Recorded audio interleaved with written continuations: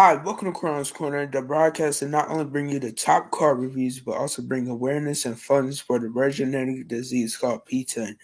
So join us while we take a ride through the world of cars and make a difference in fighting against P10. And so buckle up, find me on YouTube, and get ready for a ride through.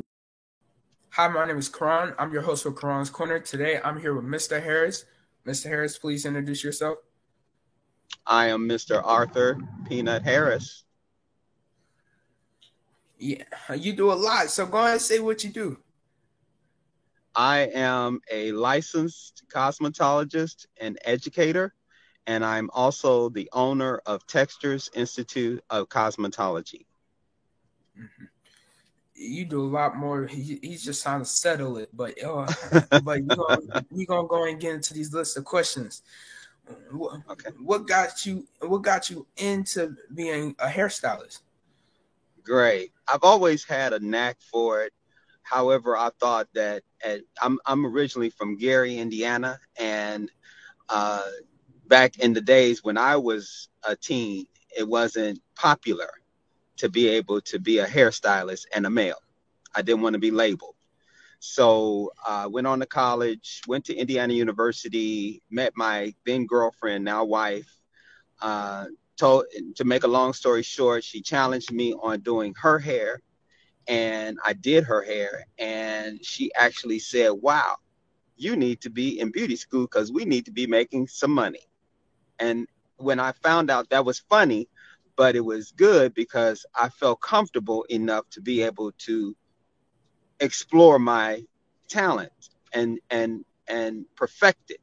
So I felt like, hey, if she was comfortable with me being, a hairstylist, then it was okay. And that's how really I started doing hair. Now, back before then, I actually used my sister is from Gary, and she was a hairstylist in Gary. So I used to watch her as she would finish her clients because I would just be up there with her, getting things, getting what they call now a Jerry curl, and just watching her do her thing. And so I picked up on what she did, but I still wasn't able to really put it out there until my wife was okay with it. And then I decided, hey, I can go ahead and do hair. And that's how I started. That's a very great story, Mr. Harris. But Well, I thank you. wanted to ask what set you apart from all the other hairstylists. I think that the thing that sets me apart, and I don't like, well, let me just say this. I try to be as humble as I possibly can. So, okay, the thing that sets me apart from other stylists, I think, is the fact that I wanted to get off into the business side of it as well as the education, the artistry side of the industry. I wanted to explore the business side of it, and because I have a passion for what I do, and I want to see that the industry that I belong to flourish. I think that separates me because I got to know it all. I don't want to just be able to do one thing. I got to be able to do it all. And so I do my research, and I try to be in the know, I guess you could say, with what's going on today in the industry. So I think that's what separates me, is because I want to know all of the industry, not just the artistry side, but the business side as well. Yeah. I very much agree on not just being part of the artist side, also going into the business and having a passion for it. But I Yes. want to say if I wanted to think about growing hair, do you think what do you think I need for us as maintenance and styling and the products you suggest for that? Well, if this is just a question for anybody. First of all, and as I tell my students, and I try to inform them that they need to do a hair and scalp analysis. So that is the beginning of a service treatment for any patron, client, person, or anybody. You gotta analyze the scalp and the hair in its current state to be able to do anything with it. And hair varies, textures vary. So you can't diagnose and give all of your customers the same diagnosis and the same treatment. You got to be able to know what you're dealing with. So that answer is a little bit more difficult to add. And that question is a little bit difficult for me to answer, because myself, I have to have a hair and scalp analysis before I determine what is good with the hair. I have to do an interview with you to find out exactly what your current state is in order to either fix it or to not reinvent the wheel with what's going on with the hair. It's like if you was going through something, for instance, hair wise, or say other things like dandruff going on. Yeah, I very much agree with taking a scalp analysis. But what do you like about being a hairstylist? Oh my gosh, where do I start? Take your time. Take your time. I like the fact that, I always wanted to be the best at what I do. And, I can seriously say that in the city of Indianapolis, I am one of the best at what I do. It gives you flexibility. It allows you, to be flexible with your clients. It allows you to be able to make as much money as you want to be able to make. It allows you to be your own boss. It allows you to be as creative as you want to be with your talent and with your gift. It allows you to be able to meet different people, to talk to people of every walk of life. The benefit of being a hairstylist, I'm so glad that I chose this field, because it has given me the opportunity to go places that I would not have been able to afford to go. It has offered me the opportunity to be able to meet people such as Angela Bassett. That was one of my customers, my clients. And it just allowed me to have the opportunity to do things that I would only dream of doing, as such as owning a school.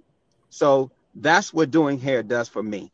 And it allows me to pour back into my community to be able to raise, hopefully, successful stylists and barbers and estheticians and nail techs, and to enable them to be able to take care of their families and be as successful as I am.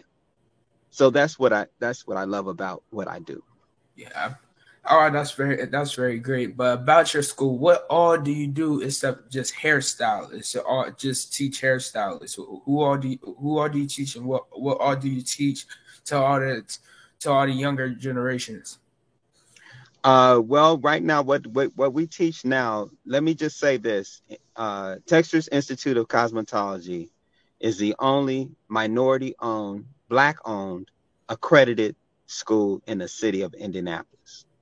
That's big, because we have to be accountable for putting students in school and making sure that they graduate and they become successful at what they're doing.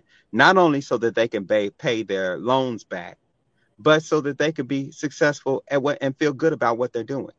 So right now we offer cosmetology, a full cosmetology program, which is 1,500 hours. We offer a nail tech program, which is 600 hours. We're offering a junior instructor for future instructors future stylists that want to be instructors. We offer a program for them, because they have to have a license to be an educator in the state of Indiana.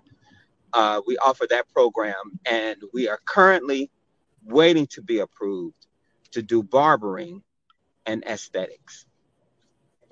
That's very so we will cover all of the areas of this industry and be able to put out professionals that will be successful in this industry. I had to come ask, with all the stuff that you do, how do you schedule during busy times? How you do scheduling busy times? Oh Lord, don't let your grandma hear that. But anyway, I'll go ahead and answer it for you. I do the best I can. I have a lot of hats that I am wearing. And so I try to schedule my customers, and it varies per stylist, however way that works for them. Now, these young stylists, they prefer the online scheduling, booking.